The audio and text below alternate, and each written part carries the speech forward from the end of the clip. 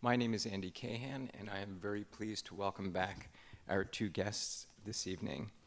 Francine Prose is the acclaimed author of 21 works of fiction, including the Times best-selling Lovers at the Chameleon Club, Paris, 1932, A Changed Man, which won the Dayton Literary Peace Prize, and Blue Angel, which was a finalist for the National Book Award.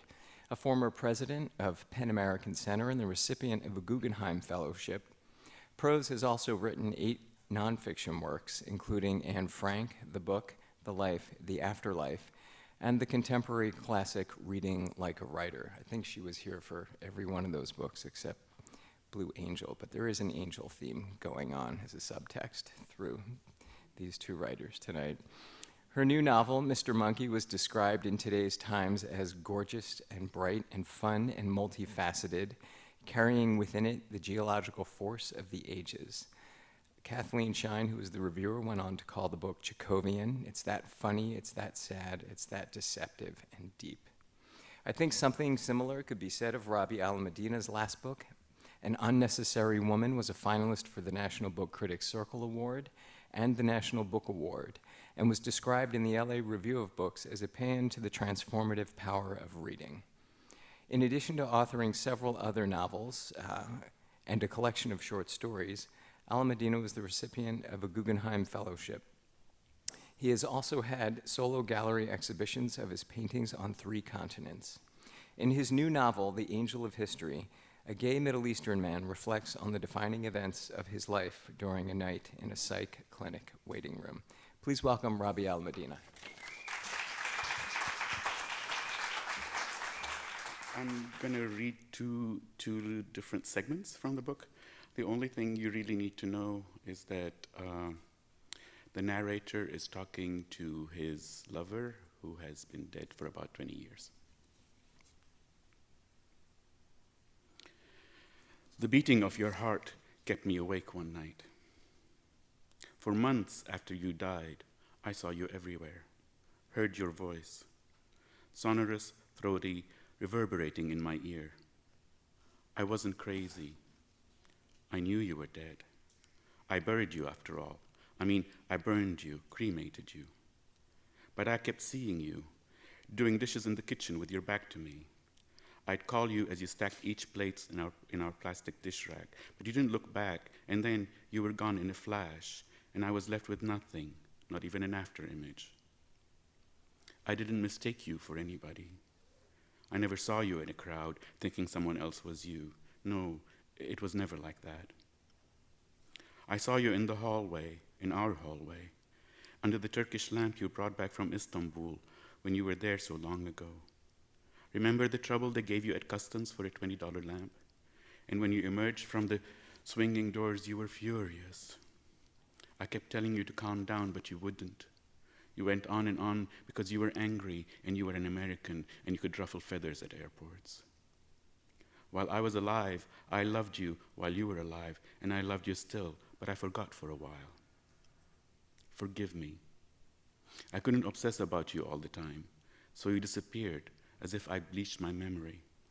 But you came back, like a fungal infection. Remember thrush, the white stains that attacked your innocent tongue, looked like the snowy down on old strawberries. We couldn't get rid of it, and you hated it, and I hated it, and you wanted it over. When, to make you feel better, I joked that the furry fungus matched your white lab coat, you turned apoplectic, wanted to strangle me. I still regret that. I thought it was funny at the time. You've been gone for decades. You hid deep in my lakes. Why now? Why infect my dreams now? What flood is this? Once, as I was buying groceries in a store where a young third worlder mopped the floor, back and forth, around a yellow sign that announced piso mojado, the mephitic aroma of disinfected assaulted my senses, and you jumped the levee of my memory. Proust had his mnemonic Madeleine, but bleach was all ours, Doc, all ours. The tomatoes didn't look too good, and I just went home. I'd been a coward. I was scared. Do notice I said scared and not frightened. You taught me the difference. You said children get scared. Men might feel afraid, might even feel terror, but men don't get scared. I'd been so lonely since you died. You left me roofless in a downpour. You gripped the bed rail when you took your final breath, and I had to pry open your fingers one by one to free you. It took 17 minutes because my hands were shaking so much. Even in death, you were stronger than I, and more obstinate. The mortician told me it took forever to burn you. Thrice he had to put you in the incinerator. You refused to turn to ash. You sincerely believed that the distance between you and me would one day disappear. You told me I was not my mother and you were not my father, but how could we not be? How could we not be? The stone over her cenotaph still felt so very heavy. You held out your arms and said, "Join me," but I couldn't. And you said, "Let me love you," and I couldn't because you wanted to be so close. You held out the fireman's net and said, "Jump," and I couldn't. I felt the fall was much too great. I chose to go back into the fire. You said, "I like it when you doze on my chest," but I said, "The hair on your chest irritates my cheeks and makes it difficult to sleep." I could hardly bear the beauty of you. You were gone for so long, and I moved along, and everyone told me I was alive. But that night, in my bed, each time my ear touched the single pillow, I heard your heartbeat once more, once more, once more, once more. My heart is restless until it rests in thee.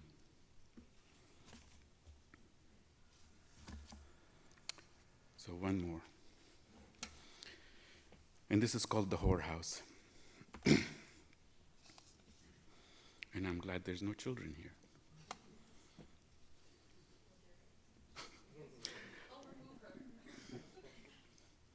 It might be difficult. But it's just sex.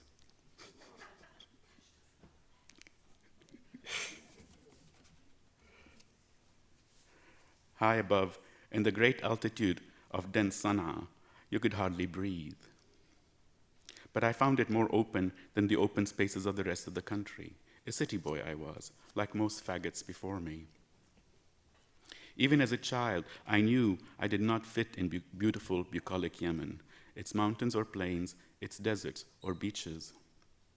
Sana'a, on the other hand, may have been charmingly beautiful with its historic houses sitting on lambent sienna tiers, but it was a city, a non-pretender, bitter and onerous, oppressive.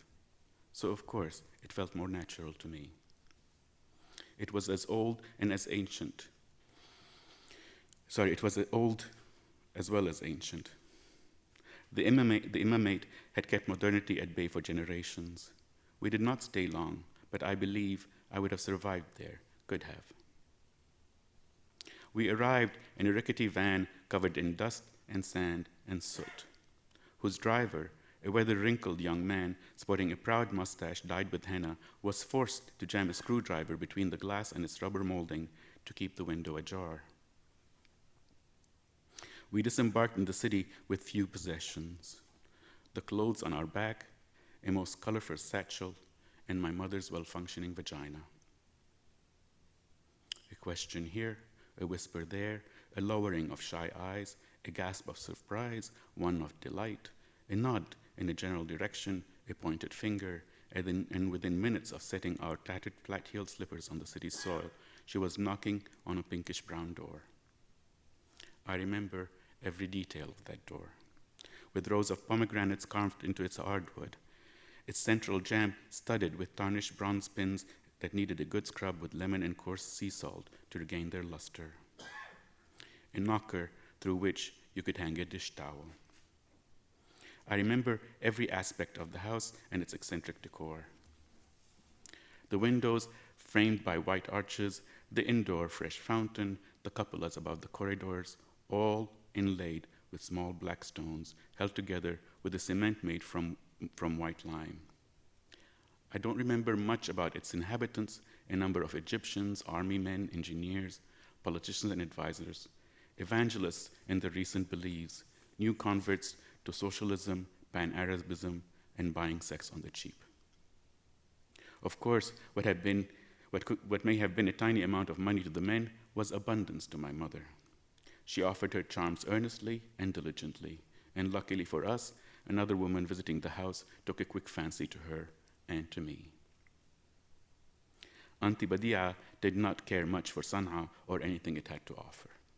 For a militant Cairene, every other city paled, and the Yemeni capital felt to her like nothing more than an oversized hamlet.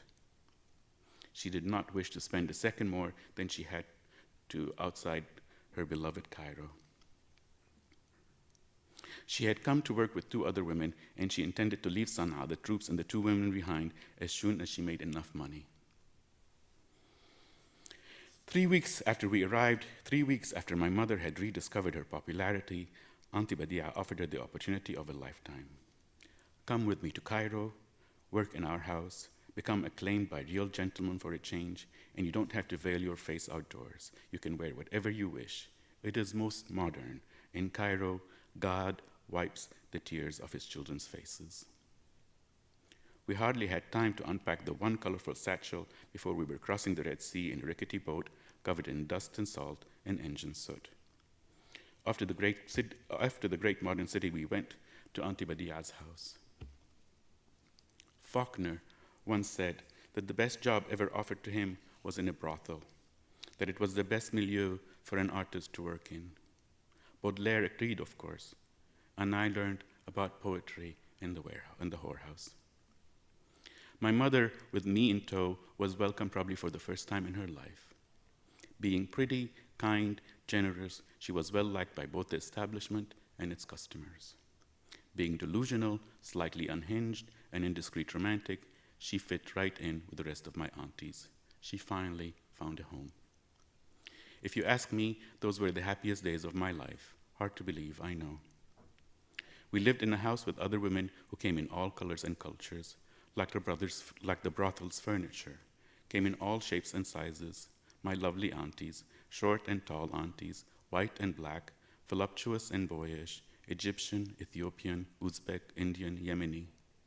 Most of them, my mother included, sat around in a daze under the hanging lamps, spent half their time in hope and half in waiting for a miracle that never visited, waiting for something or someone to fly them out of their adopted life. For my mother, that was my father. Someday, her emir would come, but he didn't, of course, and she forever forgave him, or I think she did. Auntie Badia, on the other hand, didn't wait for a miracle. She loved her life, and she loved me. Older than my mother, though not by much, she took me under her wing, more precisely, under her skirt. No, not sexual, Doc. I was much too young, and she didn't have that much sex in any case. That's why she had time to look after me. She was darker than me, and overweight, which at one point was popular with clients, primarily Egyptians and other Arabs. But as Russians and Europeans began to frequent the house, she was less desired. She lay beyond their longings.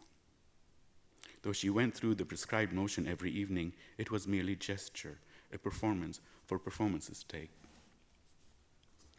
The motions included painting her face while the men were already in the room. She was the only one who did that.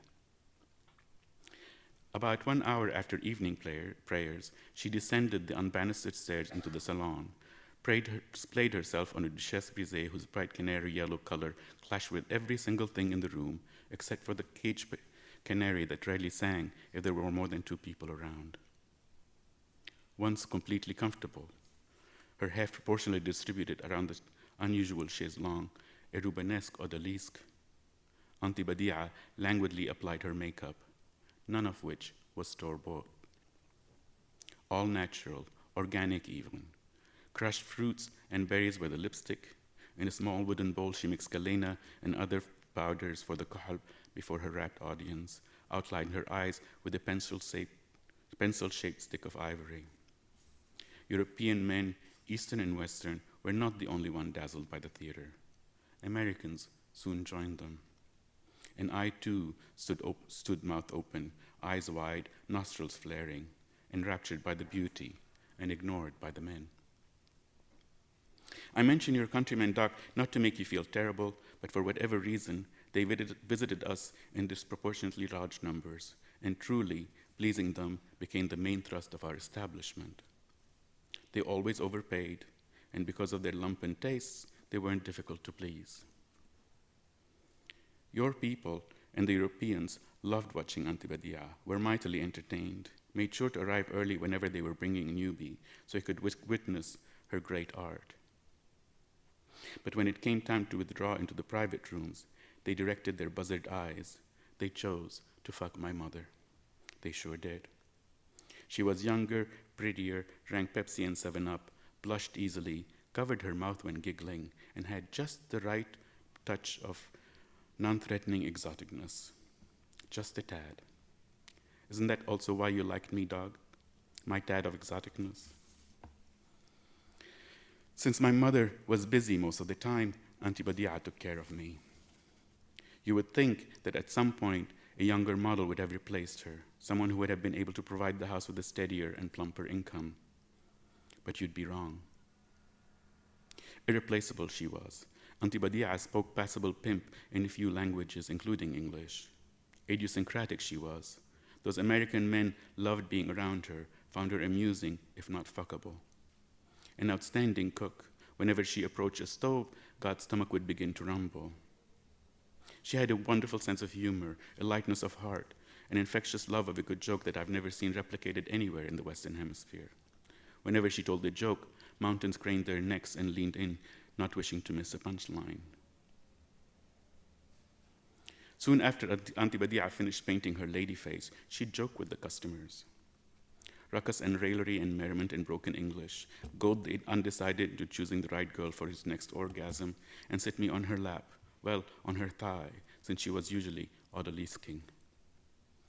Blow on my face, my sweet Ya'ub. The powder has to dry. Sing for me. She'd say, recite Abu Nawas. I love his poetry, but not as much as I love you. When the audience thinned out, she carried me to the kitchen, fed me, made me read aloud to her while I stuffed my mouth with her cooking.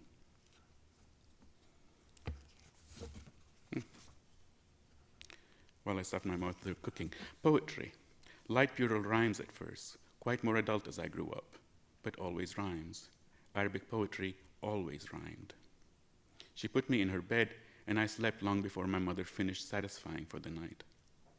Auntie Badia usually woke to find me inventing the most elaborate games while sitting on the floor outside of my mother's door, serving tea to Sultan Ahmad, who entertained King George of Britannica, the latter so enthralled by my tea-serving prowess that he wished to steal me from my master, while I demurred and blushed and covered my mouth and giggled. After my fairly ritualized morning ablutions, brushed my teeth, washed my face, under my arms, I was forced to read and write in the kitchen while Auntie Badia sang and hovered around the pots heating atop the wood stove, like a mother hen with her chicks. Old Egyptian recipes she cooked, flavored with all Egyptian folk songs. She even sang Yemeni folk songs that she learned during her short stay. Lovely songs, not like Ofra Haza. Remember her? The Israeli singer used to like to dance to, whom I couldn't stand, and you insisted she was singing Yemeni songs that she heard while growing up in Tel Aviv, because that's what the album cover said in clear lettering. Yet I hadn't heard any of those songs before, and you accused me of being insensitive and racist even. And you made me listen to her over and over and over, so I couldn't get the songs out of my head, even though I hated them, and I hated her, until she died of AIDS, just like all of us. And I forgave her sins. But I couldn't forgive mine. Ofra's songs did not compare with those of Auntie Badia. She couldn't measure up, because Auntie Badia's voice was gravelly like sea pebbles on the beach, ideal for those old melodies. Auntie Badia's sing-song melodies bore me across the grooves of childhood. I sat at the kitchen table with my book or papers, waiting. On the wall, an old-fashioned ticking clock, the only visible one since the brothel had Vegas rules. No customer should be able to see the time. I waited. Time aged at a Chelonian pace when I was a child. I stared at the black hands of the clock, willing them to move, to no avail.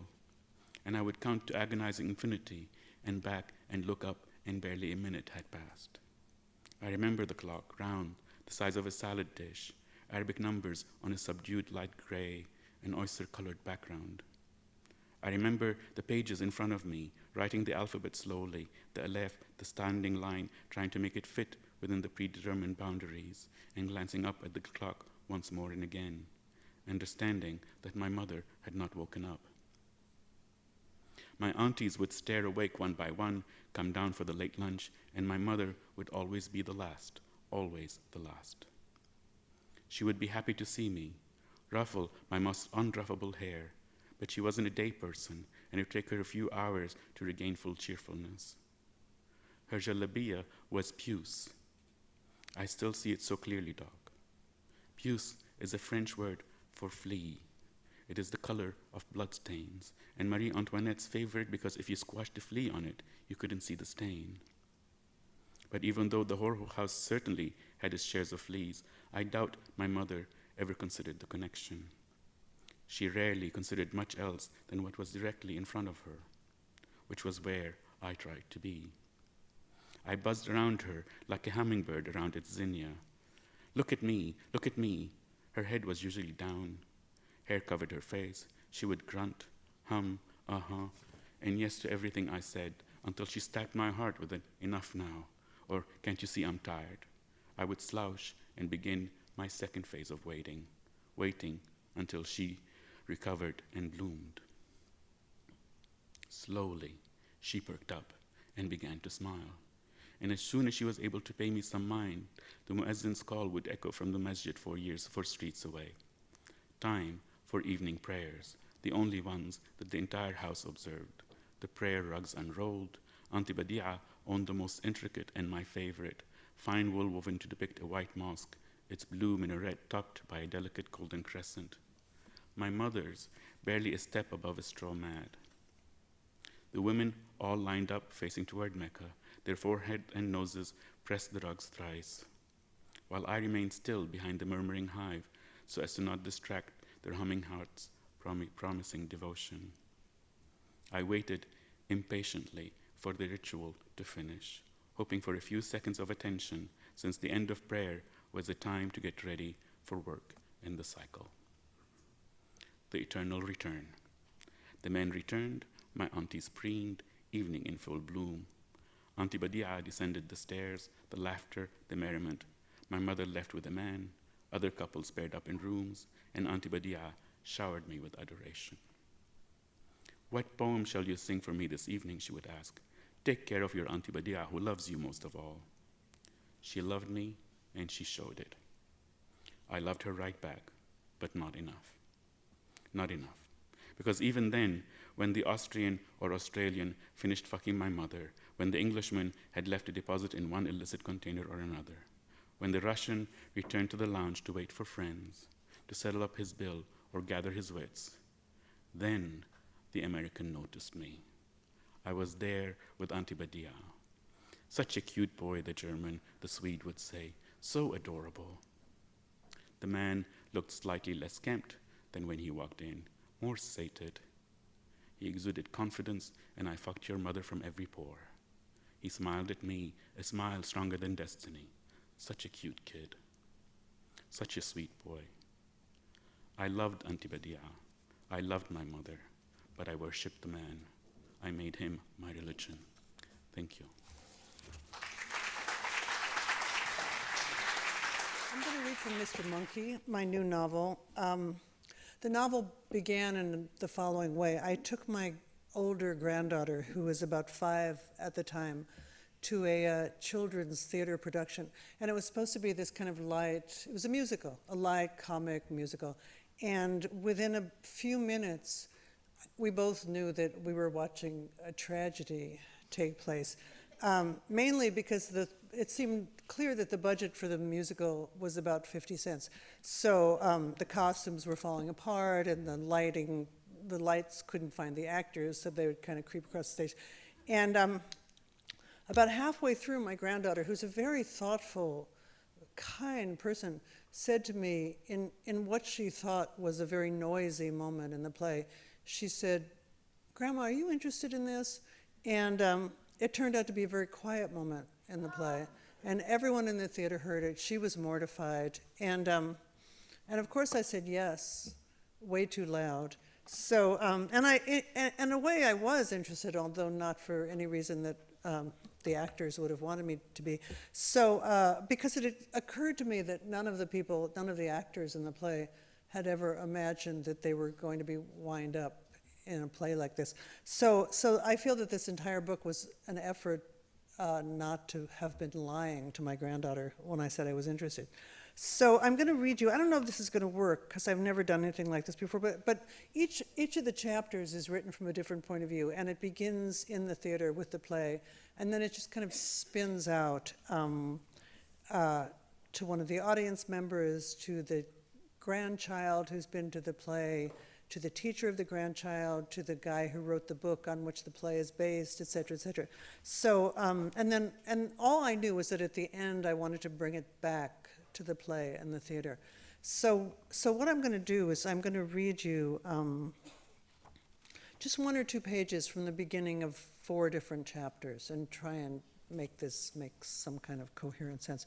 All right, so the first chapter is written from the point of view of a woman named Margot, who's the actress in the play. And the play, I should tell you, the play Mr. Monkey was not the real play, of course.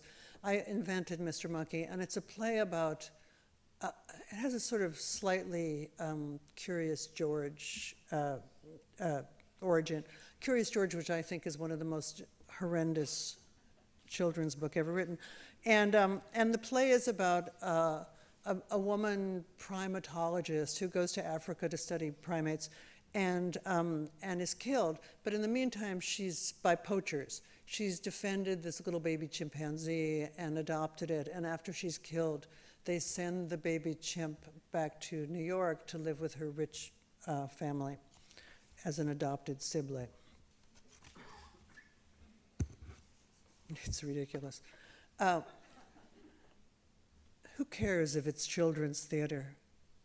Margot is playing a criminal lawyer crusading for truth and justice.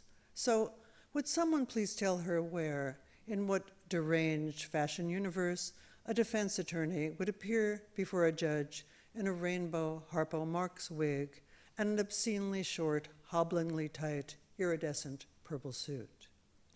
Margot arrives at the theater an hour early, since part of her preparation now involves a series of meditations designed to help her overcome the humiliation of squeezing into an outfit that her character, Portia McBailey, would never wear unless she'd quit being a lawyer and gone to work for an escort service role-playing a slutty executive secretary birthday clown. Now, as she enters the dressing room before the Saturday matinee, she notices that the hem of her purple skirt has come entirely undone. The dimpled fringe of ragged cloth trailing clumps of thread will hypnotize the audience. Mommy, Daddy, why is that funny lady's skirt so hairy?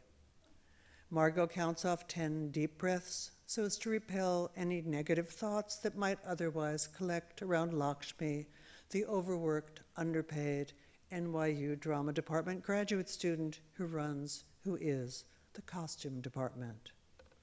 Margot had volunteered a thrift shop treasure from the back of her own closet, an 80s Armani pantsuit from her brief marriage to Enrico. It would have been perfect for Portia, but Roger had insisted on indulging his fetishistic attachment to the sleazy synthetic that morphs from violet to scarlet when it catches the light. Roger won. Roger is the director. Roger didn't threaten to have Margot replaced. Roger didn't have to threaten to have Margot replaced. Margot gave in to his blackmail, his mortifying demands, the fright wig, and the hooker suit. Not until the first time she walked on stage and the audience burst out laughing did she understand what Roger intended. How many hours has Margot spent in her career practicing entrances and exits for a specific effect? Until now, mocking, childish hysteria was not an effect she'd gone for. But this is children's theater, not the freaking Merchant of Venice. The quality of mercy is not strained, it droppeth as the gentle rain from heaven. Margot memorized Portia's soliloquy when she was in high school. She thanks and blames her drama coach, Mr. Blake, for everything that happened since. How disengaged he was, so irresistibly bored that all the girls adored him. What was that poor bastard's story? Margot never thought to wonder, and now she doesn't want to know. The quality of mercy is not strained, not even for a monkey. Okay, so this part is from the point of view of the grandfather who takes his grandson to the play. Of course, you know, the easiest way not to be recognized if you're writing about yourself is just to switch gender, so no one knows it's you. So the grandfather, he's taken the child to the play. The child has said this, you know, in this case, Grandpa, are you interested in this? And he has a kind of obsessive love for the grandchild, as that kind of love is. And he takes the grandchild home to the grandfather's daughter and son-in-law's house. And unbeknownst to him, they are having a dinner party. And the dinner party is for parents of the grandchild's school friends. And this also was kind of based on a real experience because I got to notice, and I'm sure that in Philadelphia there's a version of this, the horror of Brooklyn parent culture, which is, you know, the obsession with where the kids are going to school and which is the more progressive school and which is meeting their needs and blah, blah. And first of all, everyone at this dinner party treated me as if I had escaped from a nursing home to be there. And also, it seemed clear to me that you weren't allowed to talk about anything except the children. That was the only permissible subject. So the grandfather's at this party, and he finally kind of loses it. So why is everyone acting as if the demented old fart can't say anything intelligent to a room full of people who have forbidden themselves to think or speak about anything beside how to trick their children into eating quinoa? The grandfather says, I was in Portland, Oregon, visiting a museum donor we'd heard was interested in funding. Oh, the grandfather has been a curator, a museum curator. Visiting a museum donor we'd heard was interested in funding a show. This is a Portland story. I was having breakfast in a restaurant, farm to table, locally sourced. So the waiter goes up to the chef in the open kitchen, and I hear him say, table 4. Nothing that moves, nothing that breathes, nothing with a face. The cook says, shit, do dandelion have faces? The waiter thinks for a minute, then he says, I'll go check. The grandfather has told this story before. He waits for the laughs. No one laughs. He recalls his daughter wondering how many of her guests were vegetarian. Probably they all are, and they probably think he's mocking them, which he probably is. Why did he tell this story? Was it aggression, as they seem to believe? No, it wasn't, not really. At least he doesn't think so. He just wanted to say something funny.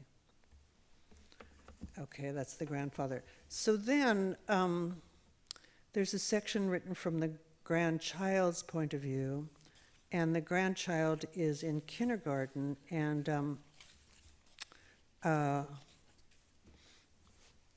oh, you know, Chekhov runs all the way through this. There's all these sort of references to Chekhov. Margot, whose voice you heard first, as a drama student, had played in Uncle Vanya, and she's never gotten over it, and nothing's ever equaled it. So naturally, I decided to call the child's kindergarten teacher Miss Sonia after the character in Chekhov.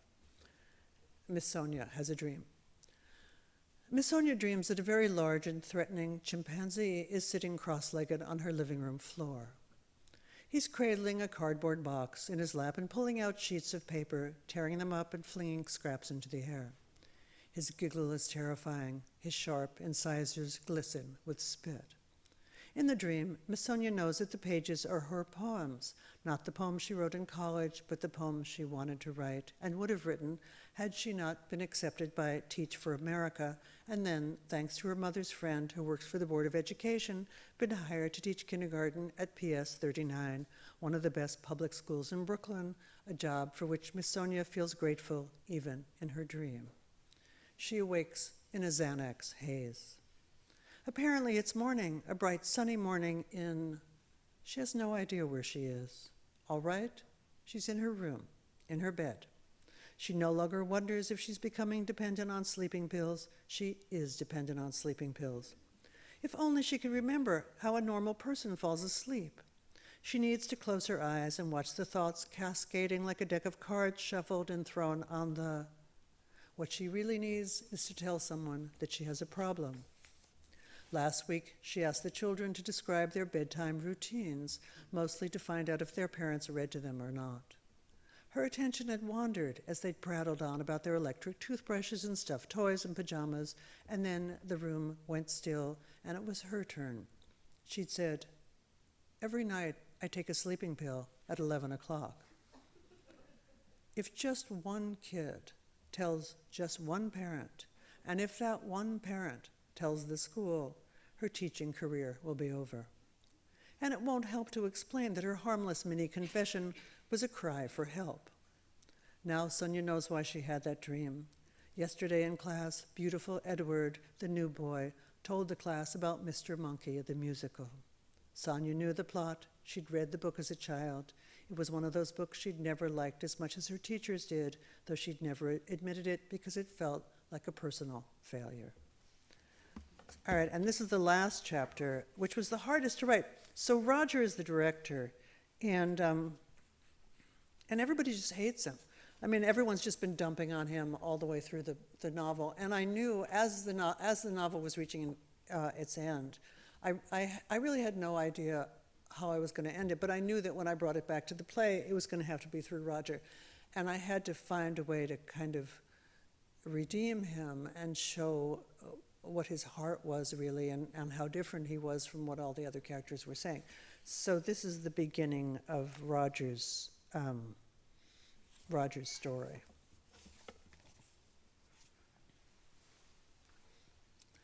A bishop is sailing from Archangel to the Slolovetsky monastery. He sees a tiny island in the distance and asks the ship's captain about it. The captain tells him that the island is inhabited by 3 hermits, bearded, filthy, ragged, silent, devoted to saving their souls. Against the captain's advice, the bishop hires a boatman to ferry him to the island where he finds the hermits just as described. When he asks how they were saving their souls, the oldest hermit replies that they work and pray. And how do they pray? 3 are we, 3 are thee, have mercy. The bishop realizes that they know something about the Holy Trinity, but they are praying all wrong. He offers to teach them how to say the Lord's Prayer correctly. Our Father who art in heaven, hallowed be thy name, and so on. Verse 1, then the second, then the third make many stupid mistakes. A whole day passes before the hermits get it right. But finally they can say it. Night has fallen by the time the bishop returns to his boat. Standing on deck, he's gazing over the water, feeling good about a day well spent, when suddenly he sees a speck of light glowing over the sea. The light grows brighter and larger and is rapidly approaching. It's the 3 hermits, hand in hand, radiant, running over the surface of the water. They've forgotten the Lord's Prayer. As long as they kept repeating it, everything was fine, but they lost one word, then another. The bishop replies that their prayer will reach God. It's not for him to teach them. He says, pray for us sinners, and bows low before the hermits who turn and fly back across the sea. And a light shines until dawn at the spot where they disappeared from sight. Tolstoy's The 3 Hermits is Roger's morning prayer. Everywhere Muslims are bowing toward Mecca, Jews going to temple, Catholics to confession, the Carmelite nuns and the Buddhist monks have been up for hours chanting. The story lifts Roger up in its arms and carries him back to his childhood in Brooklyn, to his Russian grandmother whom he loved above all the world. He has never loved anyone so much. His grandmother who made pickles in the family washing machine and cherry brandy in summer, until one day the family found her lying on her back on the basement floor beside the washer, her mouth to the hose from which the dark brandy dripped. the grandmother who every Easter filled the kitchen with sweet cheese puddings made in flower pots, with flaky dough crescents covered in powdered sugar, who every Sunday took him to the Orthodox church in Brownsville or Bushwick before it was Bushwick, where you prayed standing up, listening to the deep, low chanting of the men's choir in the stall high above the altar. The worshippers were all taller than Roger, and as it got hotter, acolytes ran around with ice water and smelling salts for the ones who fainted. One summer morning, Roger passed out. Just before he slumped to the floor, overwhelmed with sleep, he saw the church and everyone in it covered with glittering mirrors and light, and the edge of a white bird's wing reflected kaleidoscopically an infinite number of times. He looked up to find himself surrounded by adults looking down. Roger sits up in his bed, in his small but sunny and miraculously rent-controlled apartment on West 11th Street, with his pug Ilya on his lap and a cup of excellent coffee, and tells himself the story of the three hermits. It's like one of those vocal warm-ups that, to tell the truth, he's never liked hearing actors do, all those embarrassingly visceral grunts and howls. The story of the three hermits is Roger's prayer and his workout, his daily affirmation. Unsurprising that a story about repetition should derive its power from repetition. Three are we, three are thee, have mercy. Thank you.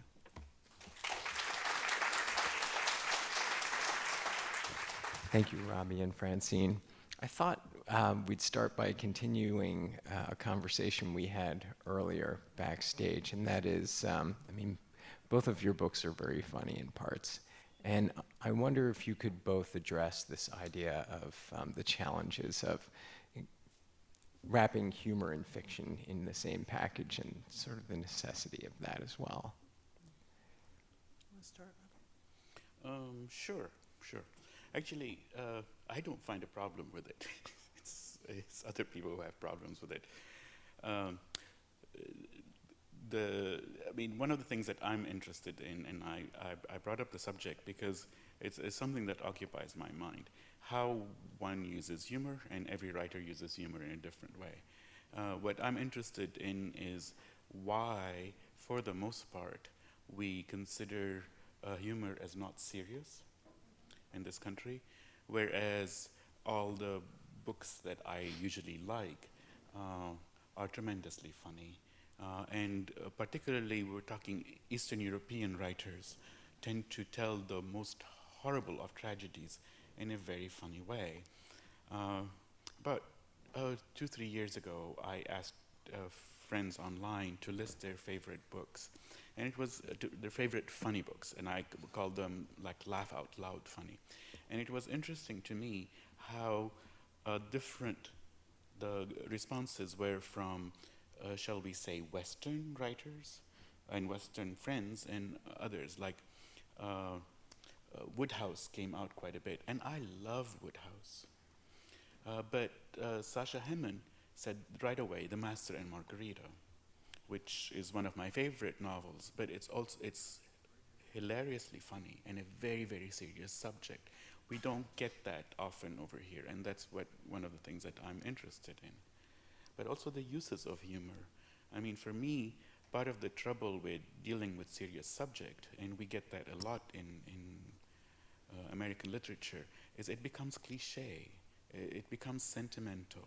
By that, I mean, it's like all we have to do is say, bring up the Holocaust, which, every award-winning novel or movie has to.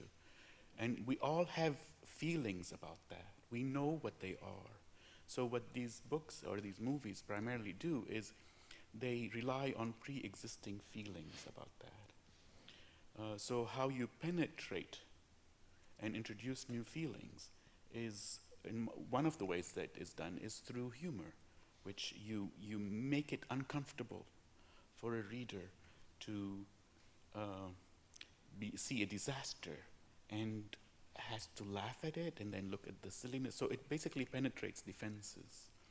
And that's what I like about humor. I also can't understand people who are not funny.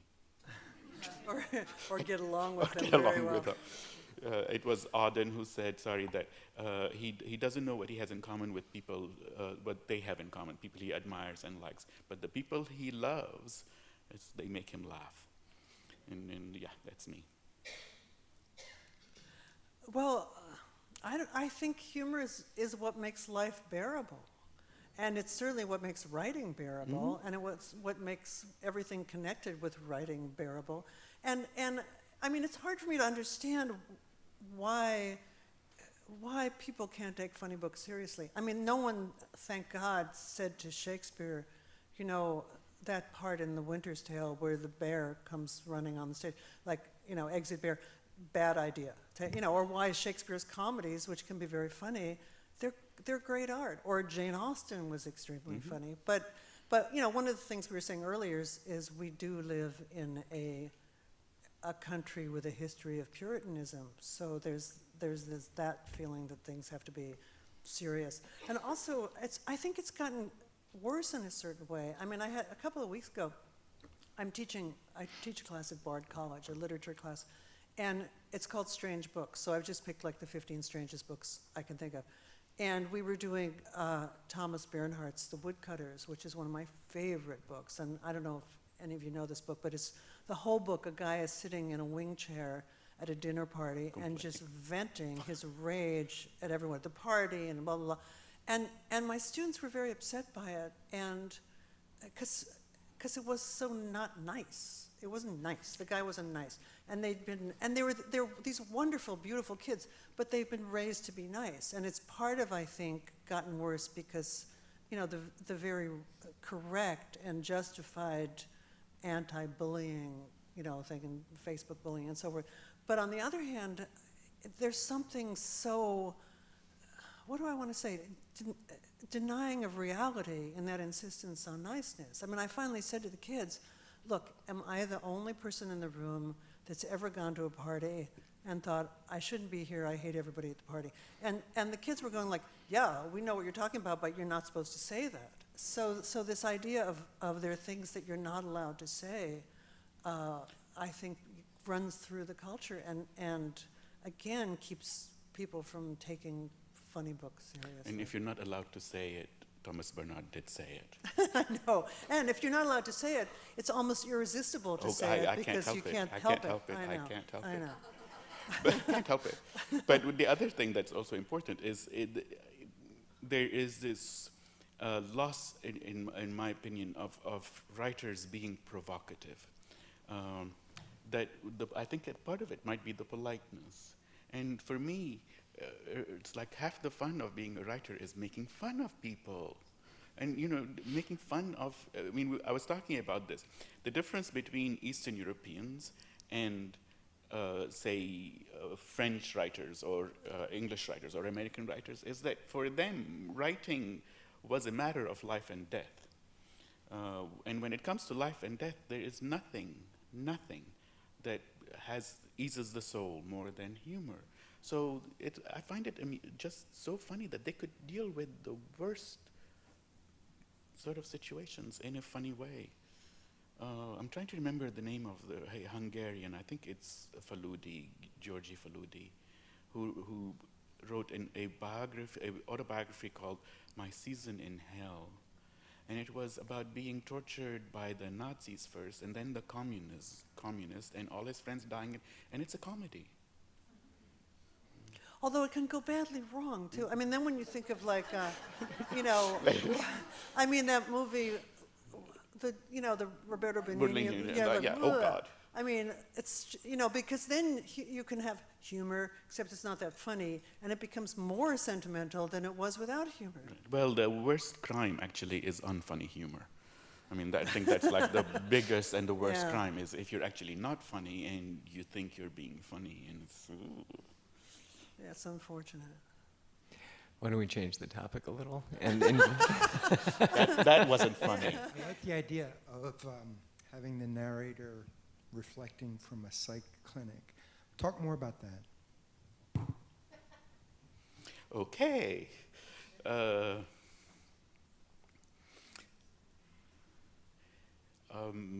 This is something that sort of, the book just came out, so I don't have all my pat answers down yet. That'll be in a couple of days. I usually love to write characters sort of on the brink, on the brink of what is open to interpretation. But I begin to think that almost all writers do. It's not just me, it's just what the brink is.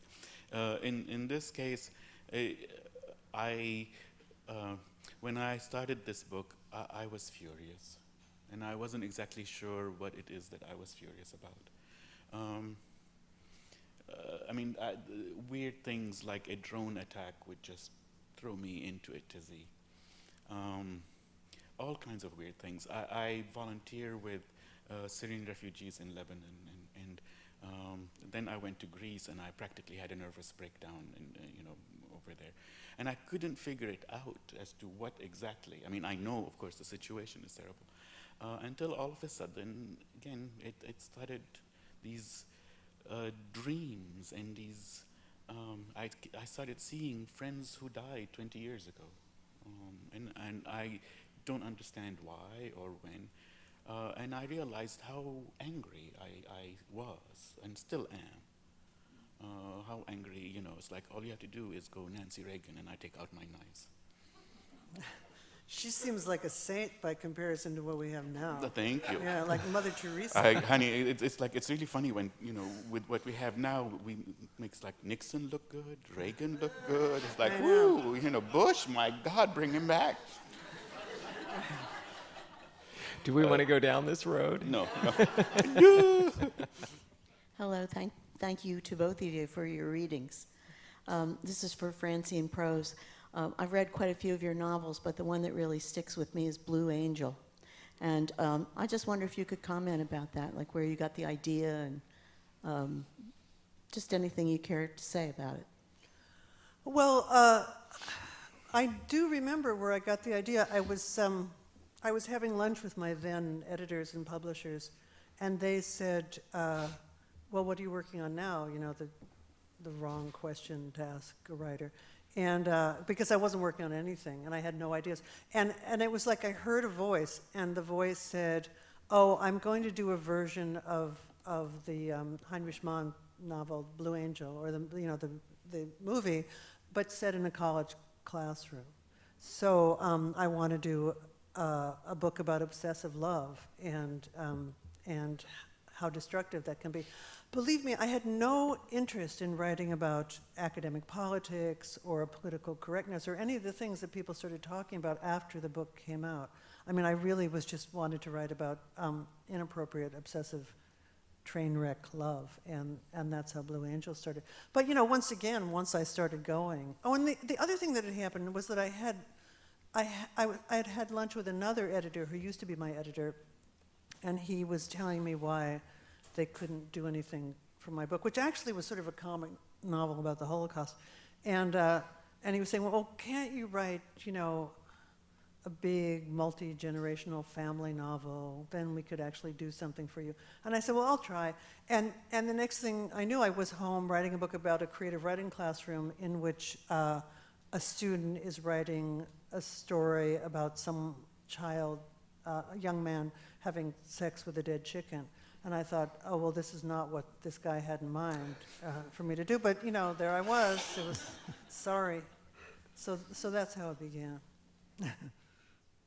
Thank you very much for wonderful readings. That was really great. I have a question to Mr. Alameddine. I very much enjoyed your novel, Unnecessary Woman. Did you think consciously whether your main character is a man or a woman? Because what was really enjoyable for me is to see how well you sort of put yourself into the woman's mind. I was really surprised to see that the author is a man after I finished the novel. So does it matter for you? Sorry. Does it matter for you? Go ahead. Well, that I'm a man, there's still some doubt about that. Since this was a while ago, I have my pat answers for this. It was never a consideration that the character should be a man or a woman. The character was Alia. It was one person. And I don't mean it as anything like mystical or something. I sat down with this character in mind. And once I started working on the novel, the only thing that I had any interest in is making the novel work, making sure that she comes to life, which is what every writer does. But it was never in my idea of she has to come to life as a woman, or she has to come. She just had to be real. And I think that's the job of a writer. I'm always surprised that people say, oh, I was surprised to find out you're a man, because many men have done it before me and done it a lot better. You know, I mean, Emma Bovary is like, you know, I mean, Anna Karenina. I mean, and I don't want to put myself in that level, but it's been done, and it's been done really, really well. But it seems we forget and we go like, oh, this is... The idea always is to make a novel work. That's the primary thing, because when things... It's like when I'm involved, nothing else, I have no, like this object of trying. You know, I start out with this big ideal, I'm going to write about this, or I'm going to... And then it's just making it work. That's when...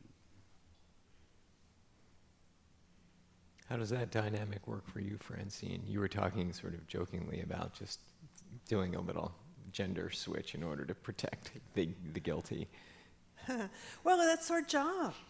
Our job is to pretend to be someone else. That's the fun of it, really. I mean, it's great to be able to not be yourself for a while. I mean, we've all been ourselves for long enough, in a way, and you know, to go to your desk and live another life and another skin and another gender, another whatever. That's the joy of being a fiction writer. Otherwise, we would just write memoirs all the time. I mean, not that my life, I don't think I'd have enough material for a memoir, frankly, but I can invent people that don't exist.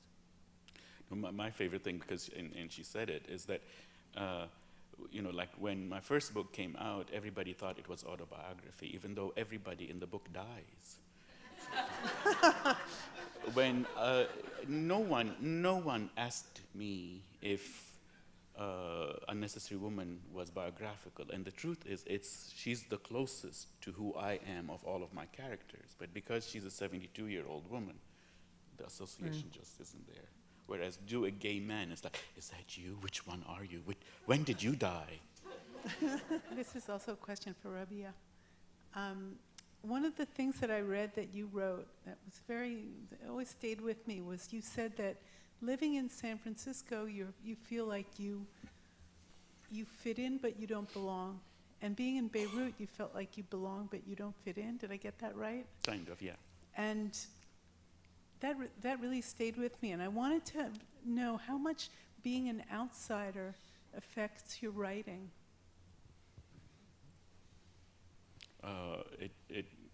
I mean, don't think that a writer, any good writer around who's not in many ways an outsider. I cannot imagine, and by outsider I mean that somebody who is part of a culture in many ways. You have to be able to have one foot in the culture, because if you're too far away, you can't see it. But if you're enmeshed in a culture, you also can't see it. So it's this fitting and belonging, this straddling, I think is essential. When you get somebody who's completely in a culture, they just, you know, their writing tends to be sort of make the dominant culture look golden and lovely. And we won't name names. But it's a big deal. This whole belonging, you know, it's like, belonging and not belonging, fitting and not fitting. But you can't be a complete outsider, but you also can't be an insider. And I assume it's about, I call it dislocation. It's always feeling, you know, like I want to be invited to parties, but I don't want to go. You know, I want. Well, one of the great things about literature, in fact, after my class, was so flipped out by the Thomas Bernhard novel, I called up my best friend, also a writer, and I said, well, what do I do? And she said, well, maybe you tell them that one of the pleasures of literature is you can be at the party, but you don't actually have to be at the party, right? So, but I mean, again, it's just you cannot belong. I mean, the minute something gets a hold of you, in my opinion, you can't write about it. I had one line, I think in Unnecessary Woman, that says, to write is to know that you are not home. It's just, always being outsider, but never, like I said, never really an outsider. That, you get invited to parties. Yeah, and then, they look at you funny when you're there, like, oh. You sit in the wing chair. Well, we were talking about comedy the other day, and we were talking about all the comedians who are so great when they start out, and then they just lose it the more successful they become. Whatever that edge of anger and rage that they have that's fueling them, that's making them brilliant, it just gets smoothed out, and they just stop being funny. Mm-hmm. And I think it's the same with writing. I mean, I think in many ways, one of the worst things that happens is to get accepted. I mean, lots of writers, of course, I really would like the Nobel Prize, but I was just thinking the Nobel Prize is the worst thing that could happen to you, It's like, but I want it. Although the $900,000 wouldn't be so God, bad. yes. But the whole idea, I mean, and of course there's lots of people who survive it and do well and all that, but it takes an edge off. It takes, every time I get a great review, it's depressing. Because I constantly want to go. I mean, my motivation for every book is I'm going to show, what I can do. And then when that's taken. Well, I think we all know what you can do. Please join me in thanking Rabih Alameddine and Francine Prose.